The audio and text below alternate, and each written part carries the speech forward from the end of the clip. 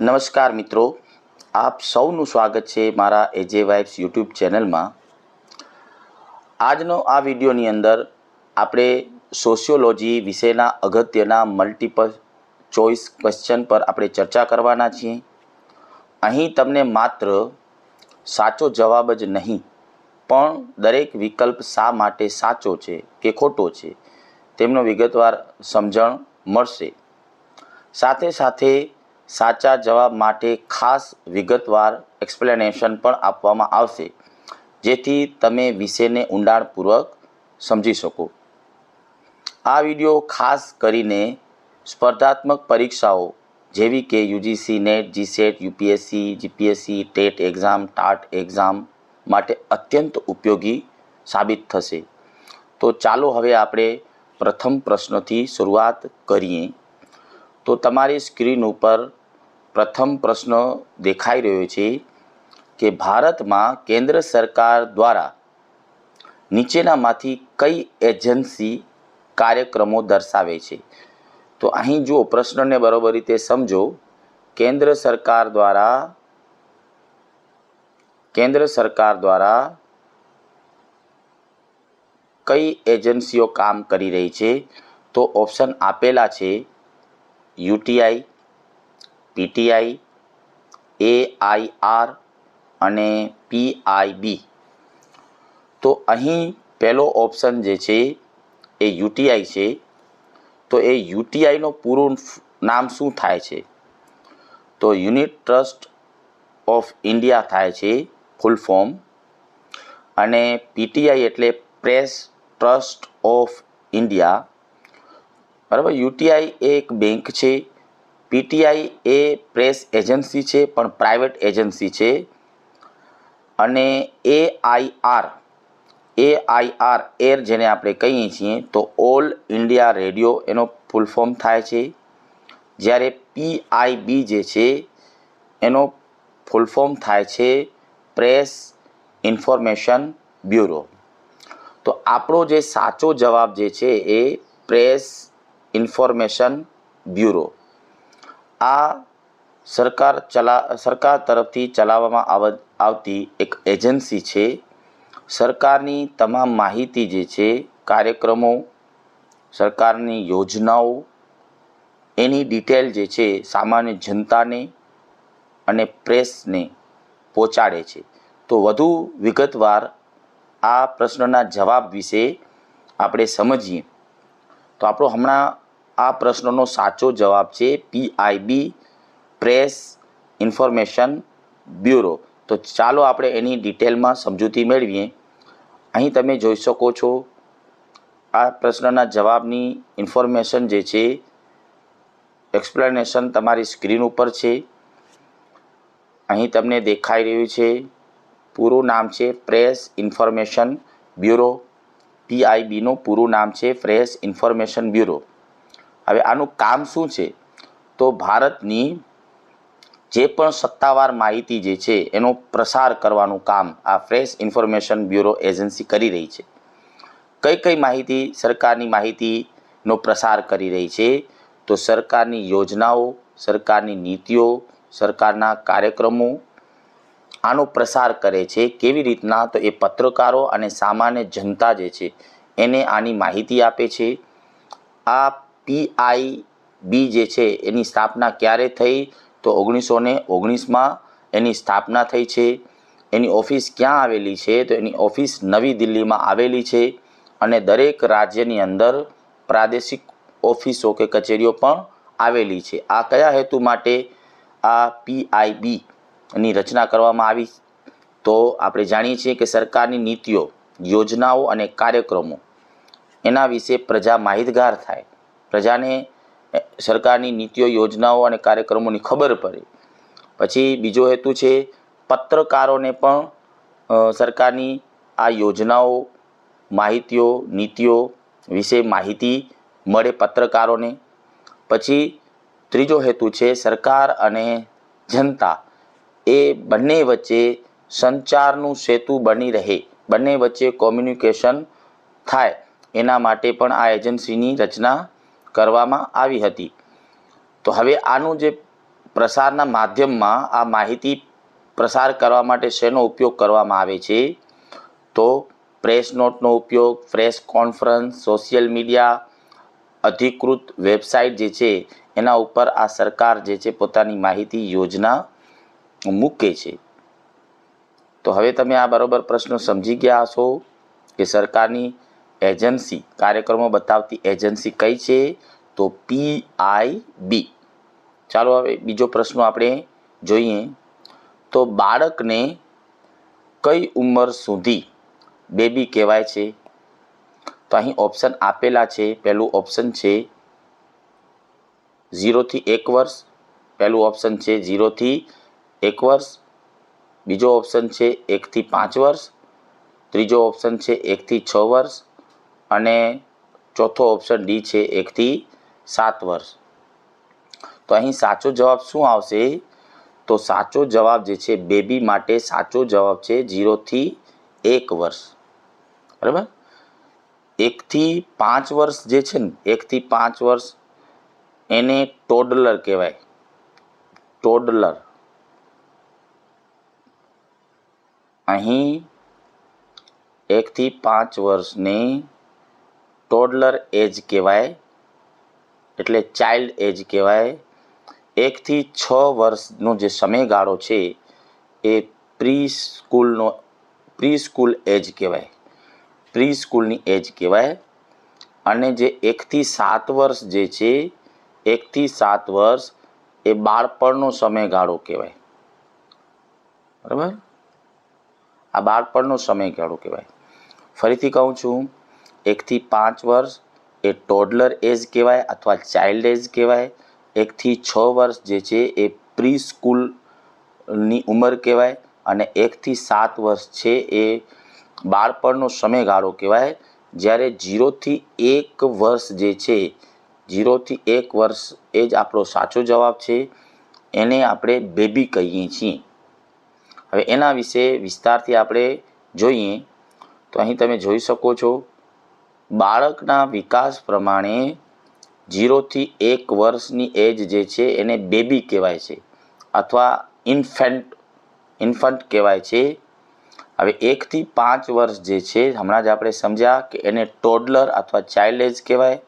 અને 1 થી 6 વર્ષ જે છે અથવા 1 થી 7 વર્ષ જે છે એને અર્લી ચાઇલ્ડહુડ કહીએ છીએ અથવા બાળપણ કહીએ છીએ.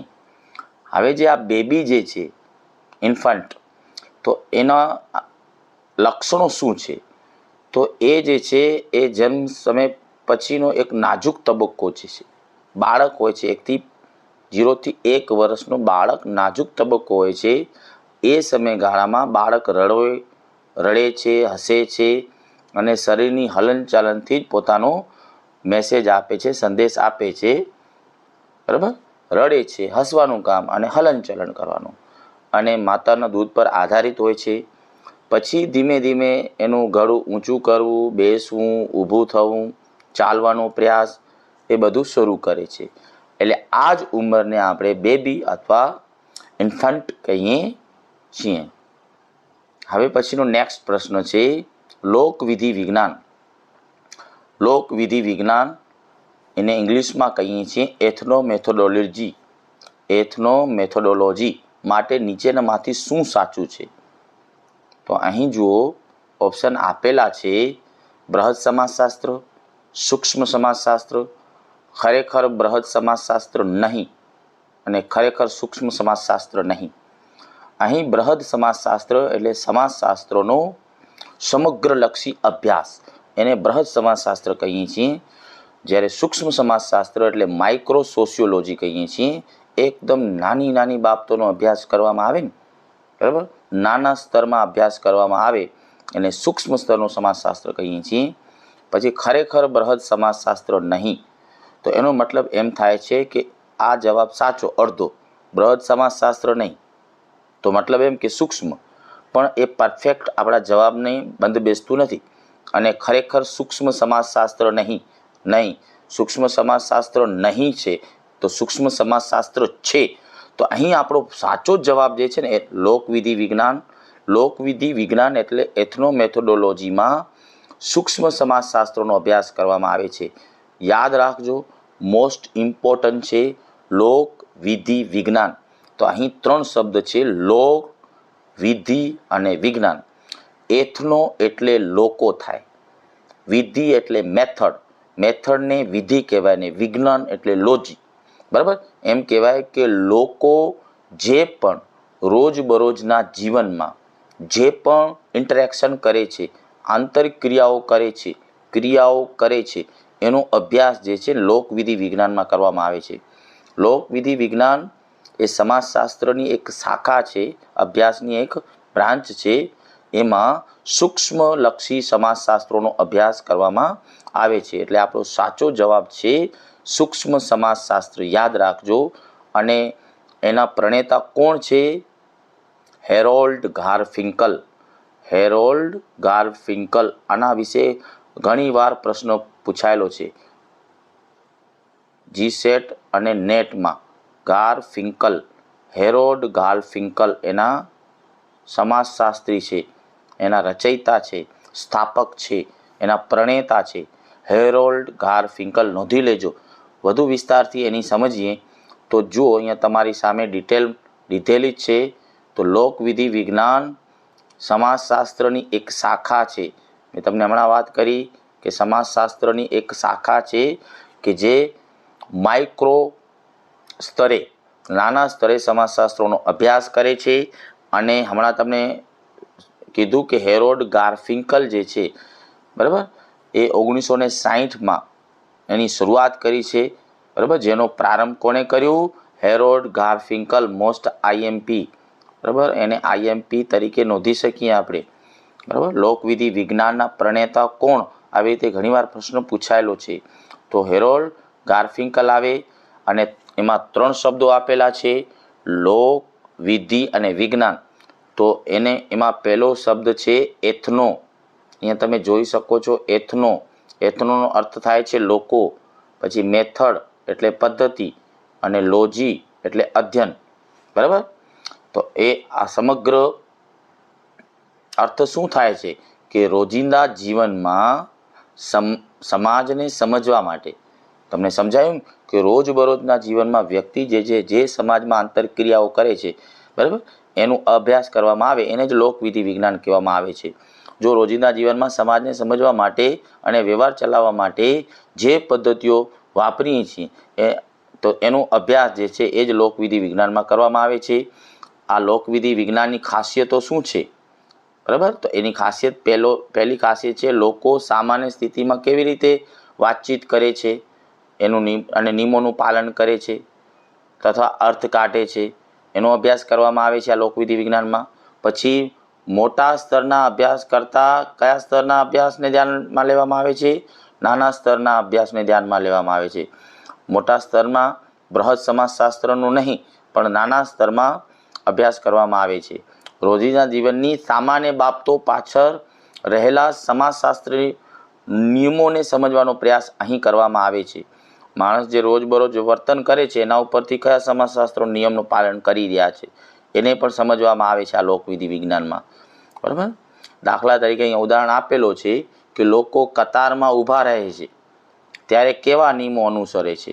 એક લાઇનમાં ઊભા રહ્યા છે તો કયા નિયમો અનુસરે છે? મતલબ શિસ્તમાં છે, કયા મૂલ્યો છે એમાં દેખાઈ રહ્યા છે, એની વાતચીતમાં, બરાબર, હા કે નામાં.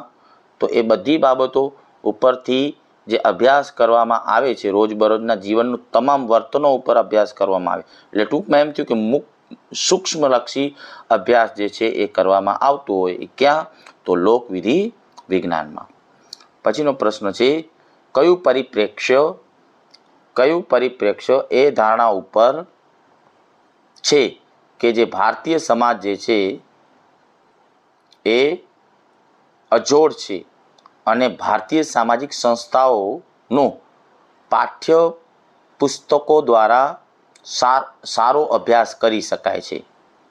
તો અહીંયા જો કયું પરિપ્રેક્ષ્ય, અલગ અલગ પરિપ્રેક્ષ્યથી સમાજશાસ્ત્રનો અભ્યાસ કરવામાં આવે છે, બરાબર, સમાજને જાણવામાં આવે છે, સમાજનું વિશ્લેષણ કરવામાં આવે છે.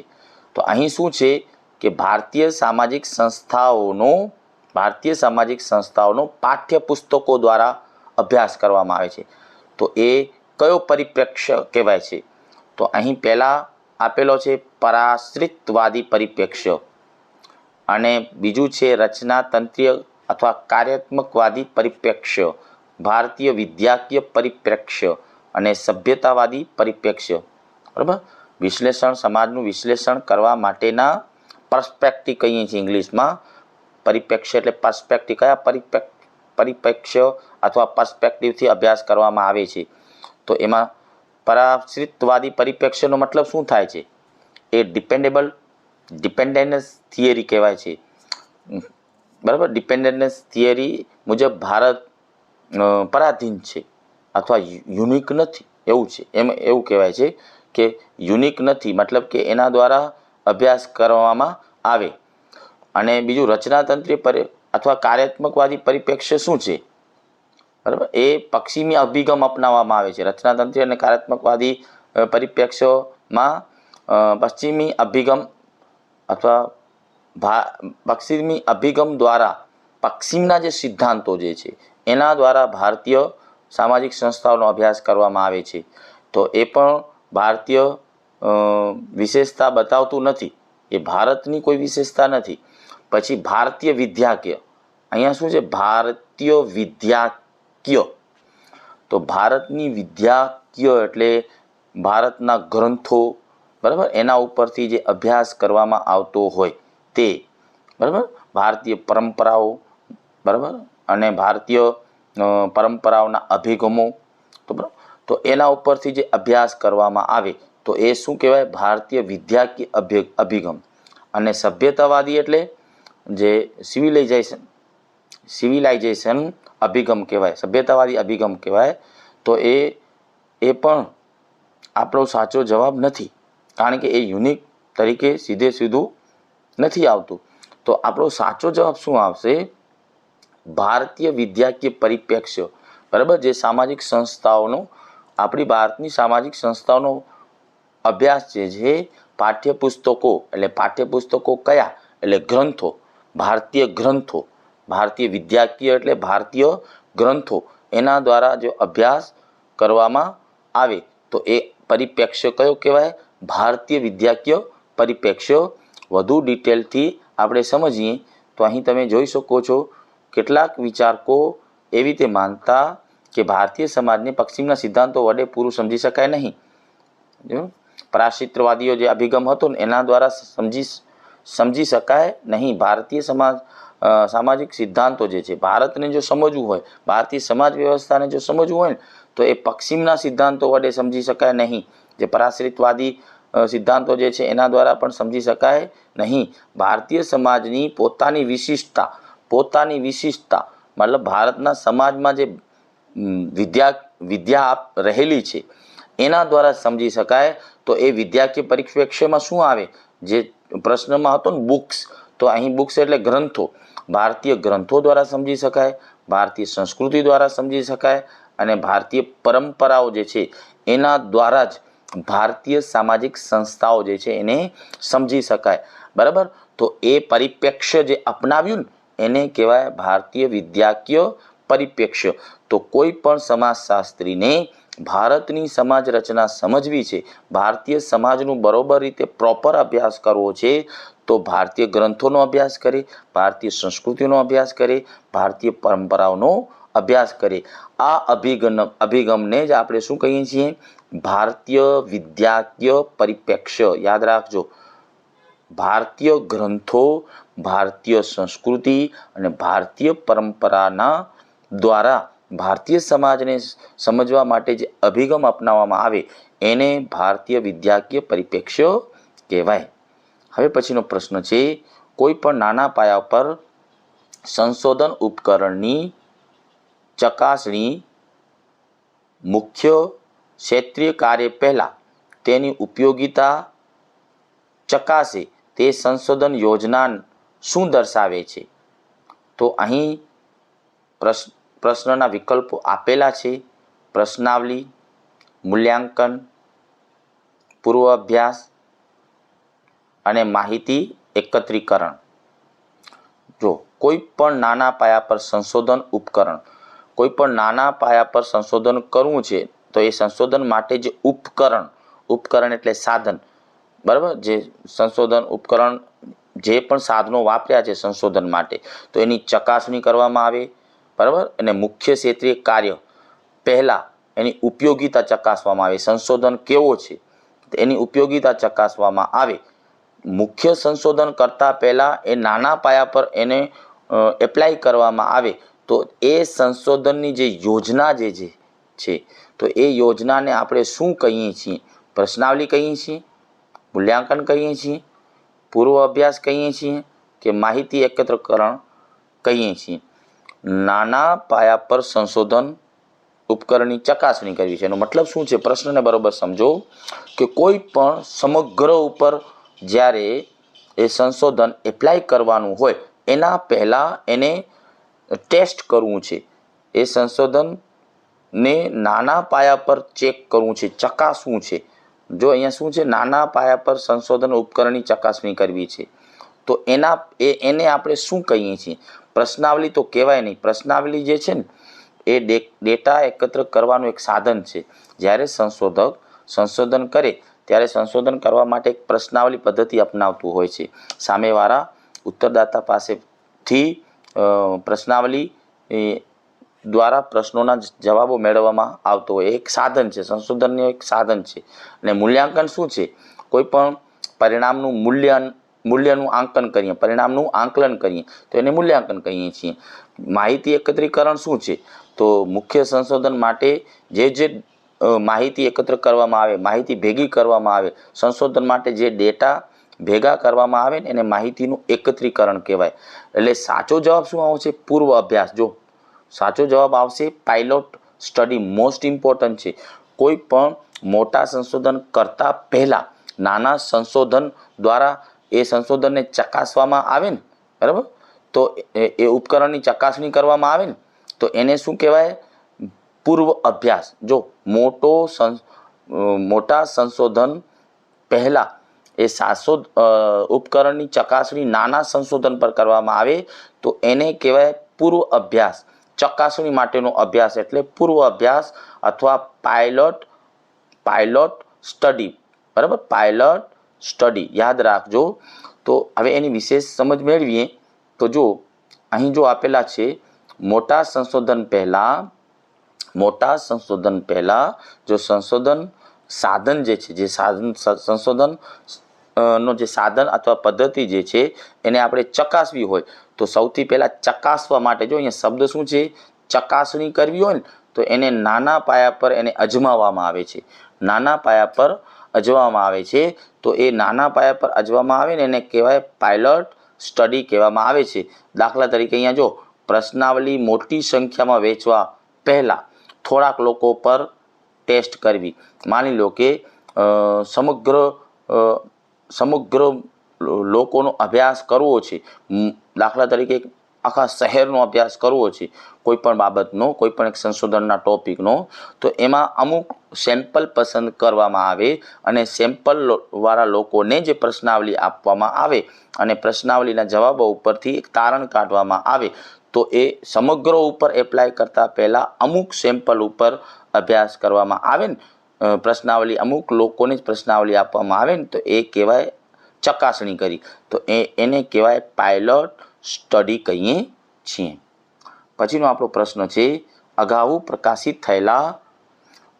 પ્રકાશિત થયેલા અભ્યાસોનું સર્વેક્ષણ અને સંક્ષિપ્તીકરણ અહેવાલમાં નવા તત્વો કે વિશ્લેષણ પહેલાં વધારે અગત્યતા શું દર્શાવે છે?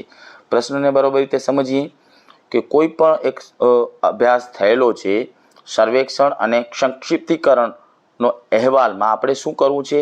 નવા તત્વો કે વિશ્લેષણ પહેલાં શું મહત્વનું છે, અગત્યતા શું દર્શાવે છે? તો અહીં ઓપ્શન આપેલા છે. પહેલું ઓપ્શન છે લેખ, આર્ટિકલ. બીજું ઓપ્શન છે સમીક્ષા.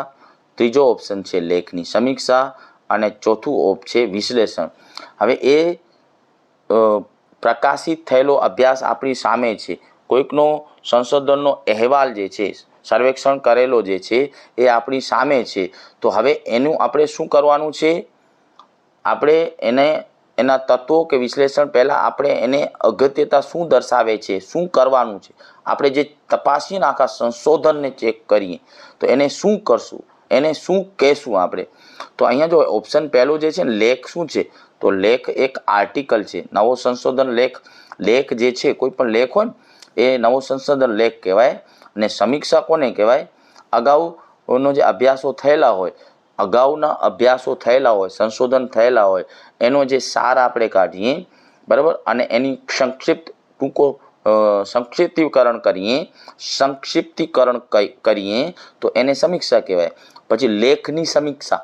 હવે જે લેખ આપેલો છે ને જે તે કોઈ સંશોધકોએ લેખ આપેલો છે અને લેખ ઉપરથી આપણે આપણા અભિપ્રાયો આપીએ કે આ લેખ બરોબર છે, કેવો છે, શું છે, સાચી હકીકત છે, ખોટી હકીકત છે, તો એવી આપણે સમીક્ષા કરીએ તો એ કહેવાય એ લેખ બાબતની સમીક્ષા, એટલે લેખની સમીક્ષા કહીએ છીએ.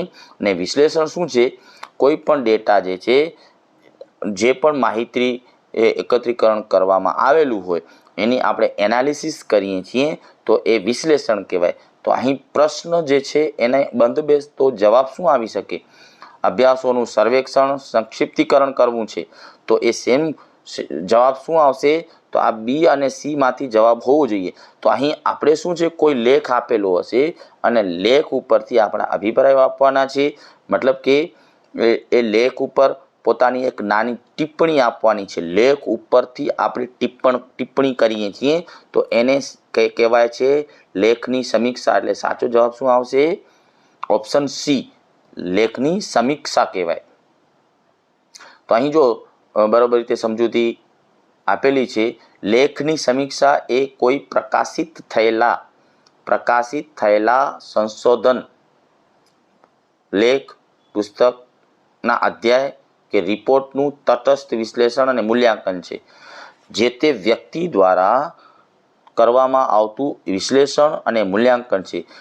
હવે આ જે કોનું તટસ્થ વિશ્લેષણ અને મૂલ્યાંકન કરવામાં આવે છે કે અગાઉ કોઈ પણ પ્રકાશિત થયેલા લેખ હોય અથવા કોઈ પણ અભ્યાસ હોય કે કોઈ પણ રિપોર્ટ હોય, હવે આપણે એનું વિશ્લેષણ કરીએ છીએ, આપણે એનું મૂલ્યાંકન કરીએ છીએ, તો એ શું થયું કહેવાય? લેખની ટિપ્પણી અથવા લેખનું વિશ્લેષણ, જે આપણો સાચો જવાબ છે. તેમાં લેખકના કયા બાબતોનું આપણે ટિપ્પણી કરીએ છીએ?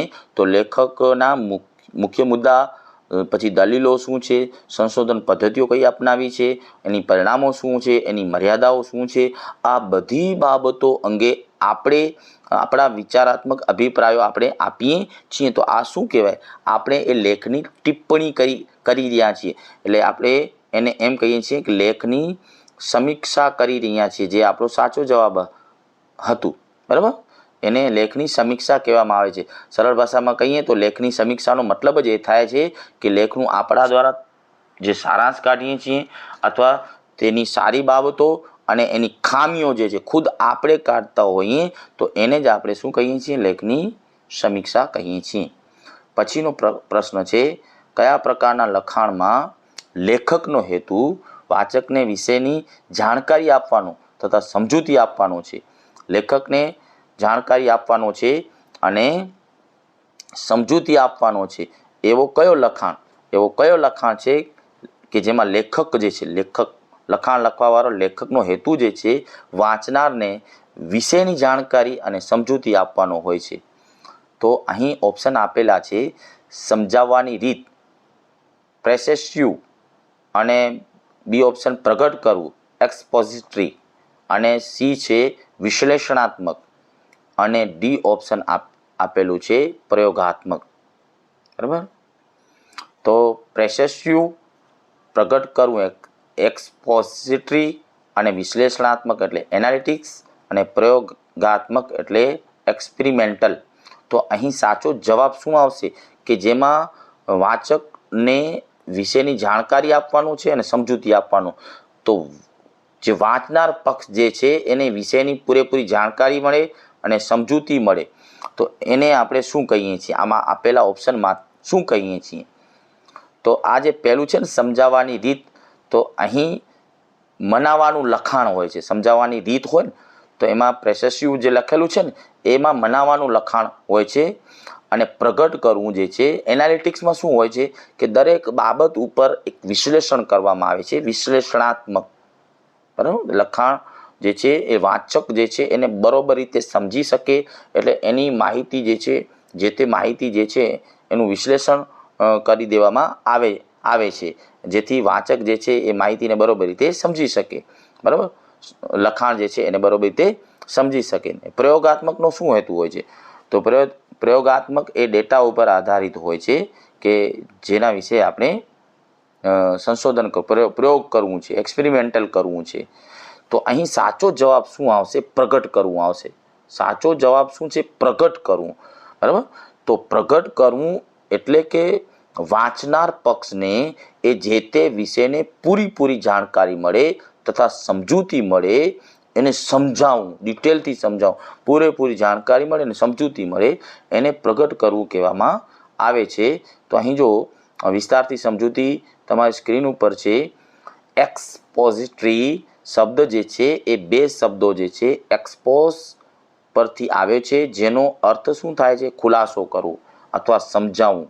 વાચક જે છે એને બરોબર રીતે ખુલાસો કરવો, પ્રગટ કરવું, એવું થયું ને, સમજાવવું. વ્યાખ્યા શું છે? તો એક્સપોઝિટરી રાઇટિંગ એટલે કે પ્રગટ કરવું એવા લખાણ, એવું લખાણ છે કે જેમાં લેખકનો હેતુ શું છે?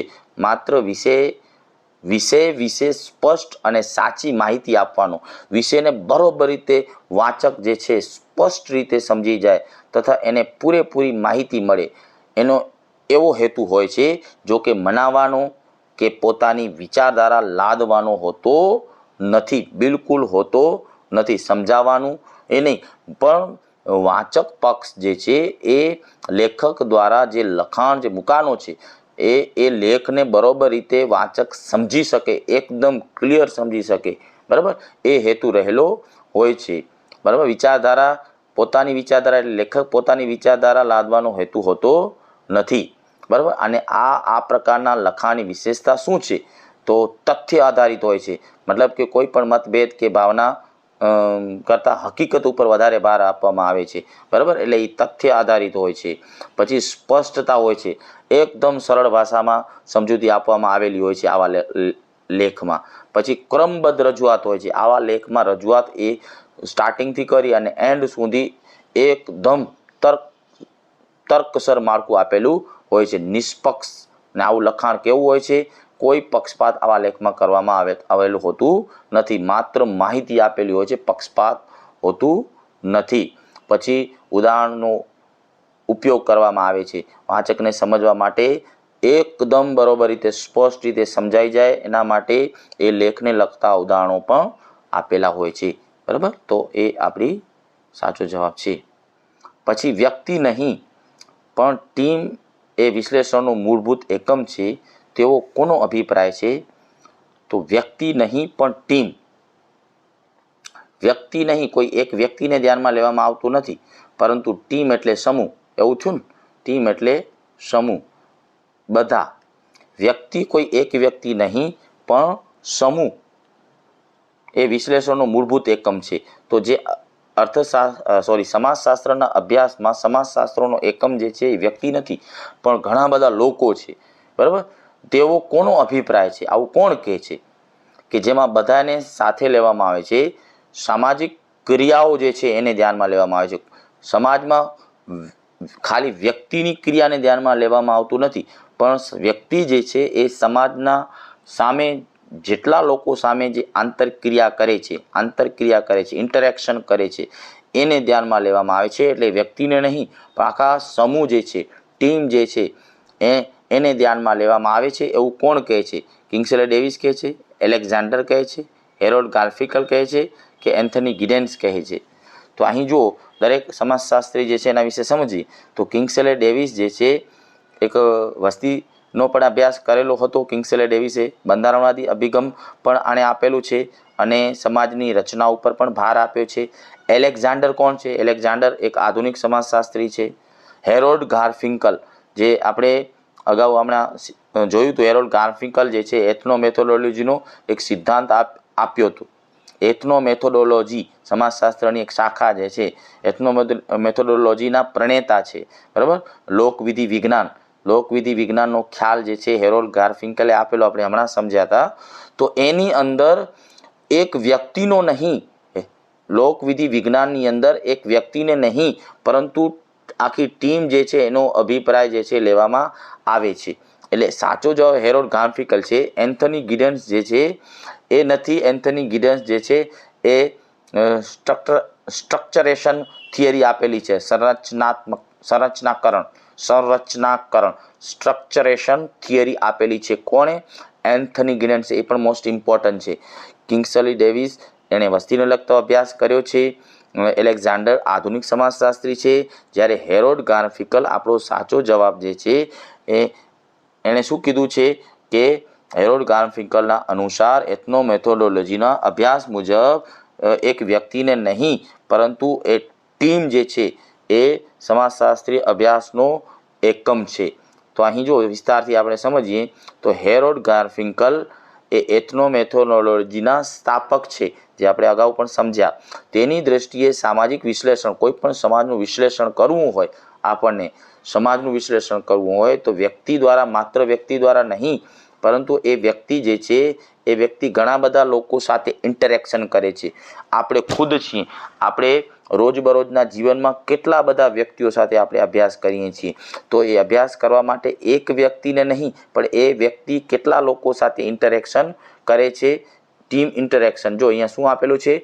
ટીમ ઇન્ટરેક્શન કરે છે. એ બધી બાબતોને ધ્યાનમાં લેવામાં આવે છે, મતલબ ટીમને ધ્યાનમાં લેવામાં આવે છે. એટલે સમાજની રચના રોજિંદા જીવન ક્રિયાઓથી બને છે. સમાજ જે છે ને, સમાજ એ લોકવિધિ વિજ્ઞાનમાં એવું કહેવામાં આવે છે કે સમાજ જે છે એ રોજબરોજના જીવનમાં જે પણ આપણે ઇન્ટરેક્શન કરીએ છીએ, ક્રિયાઓ કરીએ છીએ, એ ક્રિયાઓથી સમાજની રચના થાય છે. મતલબ એક વ્યક્તિના લીધે નહીં પણ સમૂહના લીધે સમાજની રચના થાય છે. એટલે જ આપણો જવાબ એ હતો.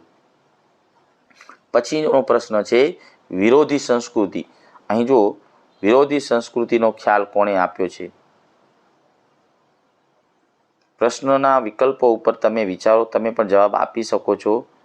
વિરોધી સંસ્કૃતિનો ખ્યાલ જે છે એ કોના દ્વારા રજૂ કરાયેલ છે? તો ઓપ્શન આપેલા છે. પહેલો ઓપ્શન છે બી મેલિનોવસ્કી, પછી બી છે WF વ્હાઇટ, પછી સી છે મિલ્ટન સિંગર અને પછી છે આર લિન્ટન. બરાબર. તો સાચો જવાબ શું આવશે? તો મેલિનોવસ્કી જે છે એણે મેલિનોવસ્કીને કાર્યાત્મક માનસશાસ્ત્રી પણ કહેવામાં આવે છે. યાદ રાખજો, મોસ્ટ ઇમ્પોર્ટન્ટ છે. મેલિનોવસ્કી કાર્યાત્મક માનવશાસ્ત્રી છે અને એણે સંસ્કૃતિ ઉપર ભાર આપ્યો હતો, જરૂરિયાત આવશ્યકતાઓનો સિદ્ધાંત આપ્યો હતો, સંસ્કૃતિની કાર્ય પદ્ધતિઓ ઉપર ભાર આપ્યો હતો. બરાબર. સંસ્કૃતિના જે જુદા જુદા તત્વો જે છે એ દરેકના કાર્ય છે, બરાબર, એ કાર્ય ઉપર ભાર આપ્યો હતો આવશ્યકતાઓના સિદ્ધાંતમાં. તો મેલિનોવસ્કી એ કાર્યાત્મક માનસશાસ્ત્રી છે. પછી WF વ્હાઇટ જે છે એ શહેરને લગતો અભ્યાસો કર્યા હતા, એટલે શહેરના સમાજશાસ્ત્રમાં એનો ફાળો છે. અને એણે સ્ટ્રીટ કોર્નર સોસાયટી એ બહુ ફેમસ છે WF વ્હાઇટનો. પછી એ પૂછાયેલું છે ઘણી વખત. મિલ્ટન સિંગર કોણ છે? ભારતીય પરંપરાઓ અને આધુનિકતાને લગતા અભ્યાસો જે છે એ મિલ્ટન સિંગરે કરેલા છે. પરંપરાઓ અને આધુનિકતાને લગતા અભ્યાસો કોણે કરેલા છે?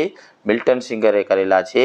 અને રાલ્ફ લિન્ટન, આર લિન્ટન એટલે રાલ્ફ લિન્ટન, તો એણે counter culture, most important, counter culture એટલે કે પ્રબળ સંસ્કૃતિનો વિરોધ કરતો એક ગ્રુપ છે. સંસ્કૃતિનો વિરોધ કરતો ગ્રુપ કાઉન્ટર કલ્ચર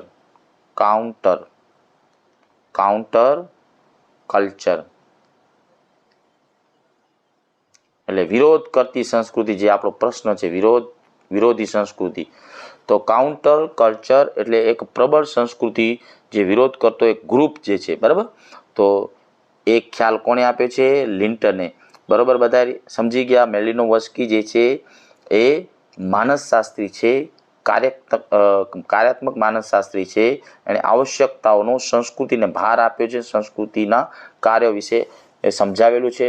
વ્હાઇટ જે છે WF વ્હાઇટ એ શહેરને લગતા અભ્યાસો કરેલા છે. એનો ખાસ અભ્યાસ છે સ્ટ્રીટ કોર્નર સોસાયટી, બહુ ફેમસ છે. મિલ્ટન સિંગર જે છે એ આપણી ભારતની પરંપરા અને આધુનિકતાને લગતા અભ્યાસો કરેલા છે. અને રાલ્ફ લિન્ટરે કાઉન્ટર કલ્ચરનો ખ્યાલ, કાઉન્ટર કલ્ચર અને સબ કલ્ચર, યાદ રાખજો, કાઉન્ટર કલ્ચર અને સબ કલ્ચર જે છે એ બંનેનો લગતા ખ્યાલો જે છે આપેલા છે. એટલે આપણો સાચો જવાબ શું આવશે? રાલ્ફ લિન્ટન. હવે એના વિશે વધુ સમજીએ તો જુઓ, અહીં સ્ક્રીન ઉપર દેખાય છે કાઉન્ટર કલ્ચર એક એવો જૂથ છે કે જે મુખ્ય સંસ્કૃતિ, હવે જે પણ મુખ્ય સંસ્કૃતિ હોય ને એના જે નિયમો, મૂલ્યો અને પરંપરા એ બધાનો વિરોધ કરે છે. કાઉન્ટર કલ્ચરનો અર્થ જ એક વિરોધ કરતો ગ્રુપ છે, વિરોધ કરતો ગ્રુપ છે. તો મુખ્ય સંસ્કૃતિના નિયમો, મૂલ્યો અને પરંપરા બધાનો વિરોધ કરે છે. ઉદાહરણ તરીકે 1960ના દાયકામાં હિપ્પી મુવમેન્ટ, જો હિપ્પી મુવમેન્ટ જે છે એનો વિરોધ થયો હતો પશ્ચિમમાં, હિપ્પી મુવમેન્ટનો 1960ના દાયકામાં, બરાબર. પછી રાલ્ફ લિન્ટન જે છે એક માનસશાસ્ત્રી છે, યાદ રાખજો. રાલ્ફ લિન્ટન પણ એક માનસશાસ્ત્રી છે. એણે કયા ખ્યાલ આપ્યા? સબ કલ્ચર અને કાઉન્ટર કલ્ચર. નોંધ કરી લેજો, બરાબર. ગૌણ સંસ્કૃતિ, સબ કલ્ચર એટલે ગૌણ સંસ્કૃતિ અને કાઉન્ટર કલ્ચર વિરોધ કરતી સંસ્કૃતિ, વિરોધ કરતો ગ્રુપ. એ બે ખ્યાલ જે છે રાલ્ફ લિન્ટરે આપેલા છે. પછીનો પ્રશ્ન છે, ભારતમાં હરિયાળી ક્રાંતિના સ્થાપક કોણ છે? હરિયાળી ક્રાંતિના સ્થાપક કોણ છે? તો અહીં ઓપ્શન આપેલા છે CH હનુમંતરાવ, પછી DP ચૌધરી, પછી C છે MS સ્વામીનાથન અને D છે બળવંતરાય મહેતા. અહીંયા 4 ઓપ્શન આપેલા છે. એમાંથી સાચો જવાબ શું આવશે? હરિયાળી ક્રાંતિ પહેલાં તો કોને કહેવાય? તો ભારતમાં ખેતી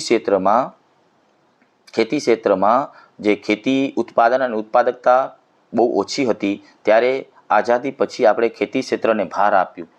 1951થી જ્યારે પંચવર્ષીય યોજના જ્યારે અપનાવી ત્યારથી આપણે ખેતી ક્ષેત્રની ઉત્પાદન અને ઉત્પાદકતા વધારવા માટે ખૂબ પ્રયાસો ચાલુ કર્યા. તો એમાં આપણે 1960માં હરિયાળી ક્રાંતિને લાવ્યા. 1967-68 સુધી આપણે એનો અમલ કર્યો. યાદ કરજો, 1960માં હરિયાળી ક્રાંતિ લાવ્યા અને 1967 અને 68માં છેલ્લે પ્રોજેક્ટ આપણે હરિયાળી ક્રાંતિનું અમલ ચાલુ કર્યું. અમુક 4 રાજ્યો જે છે, ગુજરાત જે છે, મધ્યપ્રદેશ જે છે, પંજાબ અને હરિયાણા, એ રાજ્યો પૂરતો એનો આપણે અમલ કર્યો. ત્યાં એ હરિયાળી ક્રાંતિનો હેતુ શું હતો કે ખેતી ક્ષેત્રમાં નવી ટેકનોલોજી લાવી, ખેતી ક્ષેત્રમાં નવા ટેકનોલોજીકલ સાધનો દ્વારા ખેતી ક્ષેત્રમાં ઉત્પાદન અને ઉત્પાદકતા વધારવાના પ્રયાસો કરવામાં આવે, જેથી ખેતી ક્ષેત્રમાં ઉત્પાદન ઉત્પાદકતા વધે અને આપણે જે અનાજની જે તંગી હતી જે તે સમયે, બરાબર, એ અનાજની તંગી દૂર થાય, આપણે એટલો બધો સ્ટોક ઊભો થાય કે આપણી વસ્તુને પૂરો પાડી શકાય. કારણ કે પહેલાંના સમયમાં આપણે અનાજની અમેરિકા પાસેથી આયાત કરવી પડતી હતી, અનાજની તંગી હતી. તો એ દૂર કરવા માટે આપણે હરિયાળી ક્રાંતિ લાવ્યા. તો એ હરિયાળી ક્રાંતિના જનક સંસ્થાપક કોણ છે? આ પ્રશ્ન છે. તો અહીં તમારી સામે ઓપ્શન આપેલા છે.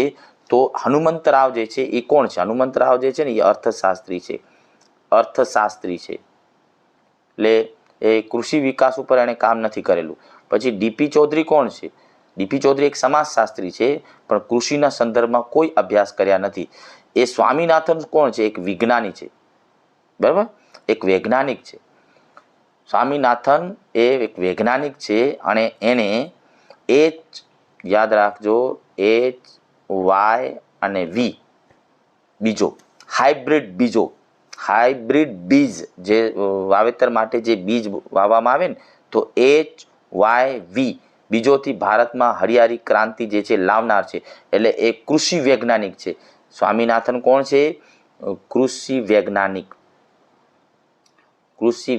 છે. મોસ્ટ ઇમ્પોર્ટન્ટ છે, યાદ રાખજો. તો કૃષિ વૈજ્ઞાનિક છે. કોણ? સ્વામીનાથન એ કૃષિ વૈજ્ઞાનિક છે, યાદ રાખજો, કૃષિ વૈજ્ઞાનિક છે, બરાબર. બળવંતરાય મહેતા કોણ છે? તો એના વિશે બળવંતરાય મહેતાનો કોની સાથે સંબંધ છે? તો એ બધા તમે જાણો છો, પંચાયતી રાજ, બરાબર. પંચાયતી રાજ વિશે સંબંધ છે બળવંતરાય મહેતાનું. પંચાયતી રાજના પ્રણેતા પણ કહી શકીએ છીએ, એ પણ મોસ્ટ ઇમ્પોર્ટન્ટ છે. બળવંતરાય મહેતા પંચાયતી રાજ વિશે સંબંધ છે. ગ્રામ પંચાયત, તાલુકા પંચાયત અને જિલ્લા પંચાયત, બરાબર, જે સ્થાનિક સ્વરાજ્યની સંસ્થાઓ જે બની સ્થાનિક લેવલે પણ ચૂંટણીઓ થાય છે ને, એ કોને આભારી છે? બળવંતરાય મહેતા. પંચાયતી રાજ સાથે એને સંબંધ છે. સ્વામીનાથન કોણ છે? વૈજ્ઞાનિક છે. કયા વૈજ્ઞાનિક? કૃષિ વૈજ્ઞાનિક છે. કૃષિને લગતા HIV નામના બીજ જે છે એની શોધ કરી અને ખેતી ક્ષેત્રમાં એને એપ્લાય કરી. DP ચૌધરી એ કોણ છે? સમાજશાસ્ત્રી છે, પણ કૃષિ ક્ષેત્ર સાથે એનો સંબંધ નથી. હનુમંતરાવ જે છે એ અર્થશાસ્ત્રી છે. તો આપણો સાચું જવાબ શું આવશે? સ્વામીનાથન. કારણ કે સ્વામીનાથન જે છે એણે બીજની શોધ કરી. HY અને V નામના બીજ જે છે એને એપ્લાય કર્યું ખેતી ક્ષેત્રમાં. એટલે કે ખેતી ક્ષેત્રે નવા ટેકનોલોજીકલ ફેરફારોનો જે છે એની શરૂઆત જે છે એ એના થ્રુ થઈ હતી. એટલે હરિયાળી ક્રાંતિના સ્થાપક કોણ છે? સ્વામીનાથન. હવે એની ડિટેલ સમજીએ તો અહીંયા જો હરિયાળી ક્રાંતિની શરૂઆત એ તમને સમજાવ્યું જ છે. હરિયાળી ક્રાંતિ શરૂઆત 1960ના દાયકામાં થઈ. ભારતમાં આવી ઉચ્ચ અને ઉપજ આપતા બીજ, જેને આપણે શું કહીએ? ઉચ્ચ ઉપજ આપતા બીજ એટલે HYV. યાદ રાખો, HYV. એમાં શું હતું? તો ખાતર, સિંચાઈ, આધુનિક પદ્ધતિઓ, કે રાસાયણિક ખાતર છે, સિંચાઈ છે, આધુનિક પદ્ધતિઓ એટલે ટ્રેક્ટર, થ્રેશર, બરાબર, જે પાક અને ડુંડા અને દાણામાંથી અલગ કરવા માટેનો થ્રેશર, પાણીના પંપ, પાણીનો, તો એ બધા સાધનોનો ખેતી ક્ષેત્રમાં ઉપયોગ કરવામાં આવે, જેના લીધે ખેતી ક્ષેત્રે ઉત્પાદન અને ઉત્પાદકતામાં વધારો થાય, બરાબર, જેથી આપણે વધુ ખાદ્ય ખોરાક જે છે અનાજનો સ્ટોક ઊભો કરી શકીએ. આ હેતુ હતો હરિયાળી ક્રાંતિનો. અને 67-68માં એનો અમલ થયો. તમને કીધું ને કે રાજસ્થાન છે, મધ્યપ્રદેશ છે, ગુજરાત, મધ્યપ્રદેશ, બરાબર, પંજાબ અને હરિયાણા, એમાં એ રાજ્યોનો નો અમલ કરવામાં આવ્યો. આ કાર્યક્રમમાં જ વૈજ્ઞાનિક MS સ્વામીનાથન, આ એક વૈજ્ઞાનિક છે, MS સ્વામીનાથનનું યોગદાન ખૂબ જ રહ્યું છે. તો હવે પછીનો પ્રશ્ન છે, કાર્યકર્તી માતા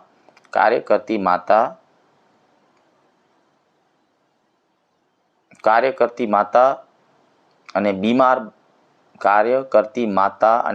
બાળક, બરાબર, અને ભૂમિકા સંઘર્ષ. તો એ બંને વચ્ચેનો ભૂમિકા સંઘર્ષ એ શું કહેવાય? કાર્યકર્તી માતા. એક કાર્યકર્તી માતા એટલે કોઈ પણ જગ્યાએ કાર્ય કરતી એ માતા, અને બીમાર બાળક છે. તો હવે બંને ભૂમિકા છે. અહીંયા સમજો પ્રશ્નને સમજો કે કાર્યકર્તી માતા બીમાર બાળક સાથે રહે છે.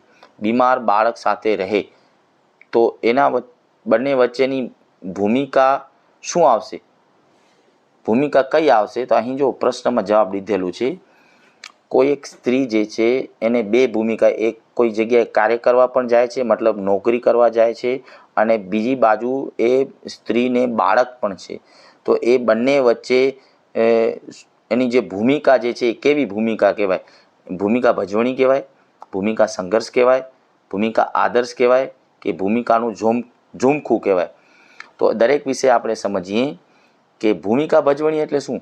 જ્યારે કોઈ એક વ્યક્તિ પોતાની જે પણ ભૂમિકા, જે રોલ આપવામાં આવ્યો હોય અને એ રોલને યોગ્ય રીતે બજાવે ને, તો એને કહેવાય ભૂમિકા ભજવણી. દાખલા તરીકે કોઈ એ વ્યક્તિને કોઈ કામ તમે સોંપ્યું અને એ કામ એ કરી રહ્યો છે, તો એને શું કહેવાય? કે એ પોતાની ભૂમિકા બરોબર રીતે ભજવી રહ્યો છે.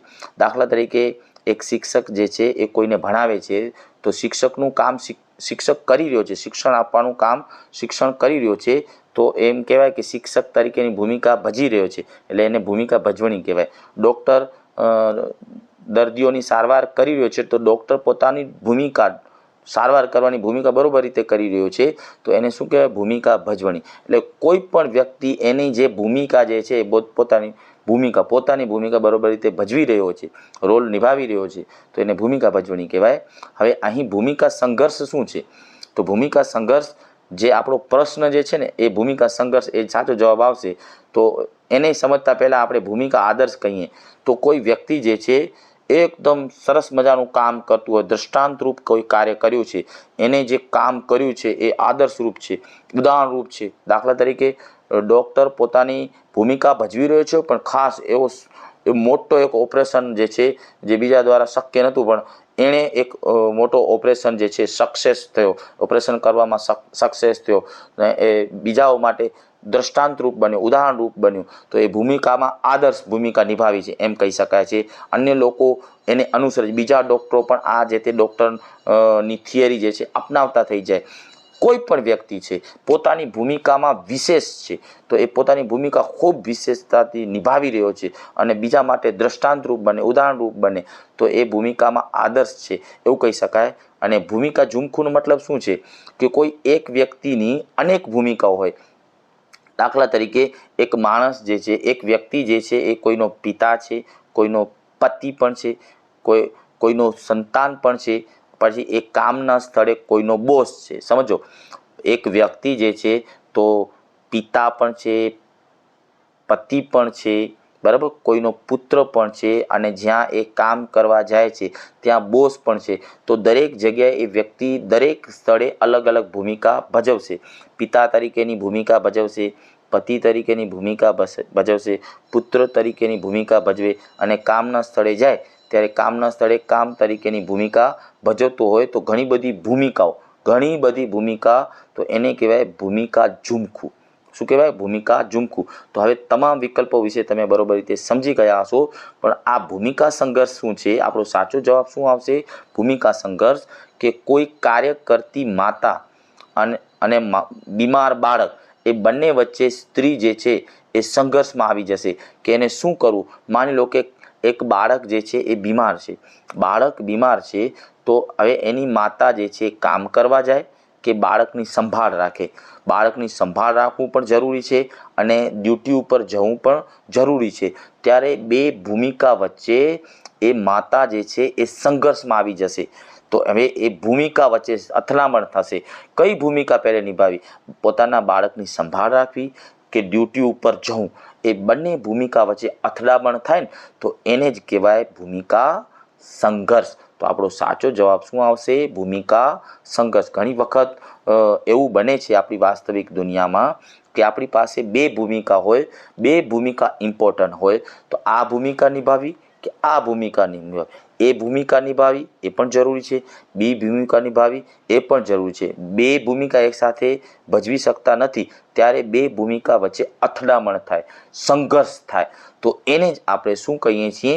ભૂમિકા સંઘર્ષ. તો પ્રશ્ન એ છે કે કામ કરતી માતા, કોઈ જગ્યાએ કાર્ય કરતી માતા અને એનો પોતાનો બીમાર બાળક, તો એ બંને વચ્ચે કેવી ભૂમિકા ભજવશે? પ્રશ્ન ખરેખર એમ છે, અહીં પ્રશ્ન અધૂરો લખાઈ ગયો છે. એ કામ કરતી માતા અને એનો પુત્ર બીમાર છે, તો એ બંને વચ્ચે એ માતાની ભૂમિકા કેવી હશે? તો કઈ ભૂમિકા હશે? ભૂમિકા સંઘર્ષ હશે. તો અહીં બધા પ્રશ્નો જે છે આપણે અહીં કમ્પ્લીટ કરી લીધા છે અને બધા પ્રશ્નોની આપણે વિસ્તૃત સમજૂતી પણ મેળવી. તો આઈ હોપ કે તમને આ ક્વિઝ જે છે બરોબર રીતે ગમી હશે. દરેક પ્રશ્નોના વિકલ્પ જે છે એની પણ આપણે સમજૂતી મેળવી, જેથી મારો હેતુ એ હતો, આ ક્વિઝ બનાવવાનો હેતુ જ એ છે કે તમે દરેક સમાજશાસ્ત્રને લગતા જે પણ ખ્યાલો જે છે એના વિશે બરોબર રીતે ઊંડાણપૂર્વક તમે સમજો. બરાબર? કારણ કે સોશિયોલોજી GSETની એક્ઝામ અને નેટની એક્ઝામ તો જ આપણે ક્લિયર કરી શકશું કે જ્યારે દરેક કન્સેપ્ટ જે છે એ બરોબર ક્લિયર નહીં હોઈએ ત્યાં સુધી આપણે પ્રશ્નોને નહીં સમજી શકીએ. કારણ કે નેટના GSETના પ્રશ્નો બહુ અઘરા હોય પ્રશ્નને સમજવા. જ્યાં સુધી પ્રશ્નોને નહીં સમજીએ, જ્યાં સુધી વિકલ્પને નહીં સમજીએ, ત્યાં સુધી આપણે સાચો જવાબ નહીં આપી શકીએ. એટલા માટે જ આપણે આ ક્વિઝ જે છે યુનિક બનાવી છે, થોડીક યુનિક ક્વિઝ બનાવી છે. એક્સપ્લેનેશન, પ્રશ્નોની તમામ ઓપ્શનની અને સાચા જવાબની, એ બધાની એક્સપ્લેનેશન કરવાનો હેતુ જ મારો આ છે. તો આઈ હોપ કે તમને આ ક્વિઝ ગમી હશે. જે પણ પ્રશ્નો હોય, ક્વિઝને લગતા કોઈ પણ અભિપ્રાય હોય, તમે મને કોમેન્ટ કરજો. આપ બધા આ વિડીયો જોયો તો આપ બધાને થેન્ક યુ વેરી મચ.